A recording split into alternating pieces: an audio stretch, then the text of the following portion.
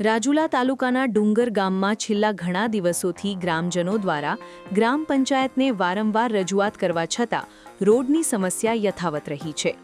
ગામના મુખ્ય માર્ગો બેહાલ હાલતમાં હોવાથી લોકો ભારે મુશ્કેલીનો સામનો કરી રહ્યા છે. દિવસ દરમિયાન દુકાનો ખુલ્લી હોય ત્યારે સતત વાહન વ્યવહારને કારણે ધૂળના ગોટાળા ઉડે છે, જેના કારણે વેપારીઓ અને ગ્રાહકોને તકલીફ પડે છે. ખાસ કરીને સ્કૂલમાં જતા નાના બાળકોને આવન-જાવનમાં ભારે અડચણ પડે છે અને આરોગ્ય પર પણ નકારાત્મક અસર જોવા મળે છે. ખરાબ અને ઉબડ-ખાબડ રસ્તાઓના કારણે વાહન ચાલકો માટે જોખમ વધ્યું છે. ઘણા પ્રસંગોમાં વાહન ચાલતા લોકો સંતુલન ગુમાવી પડી જવાના બનાવો પણ સામે આવી રહ્યા છે, જે ગંભીર અકસ્માતોને આમંત્રણ આપે છે.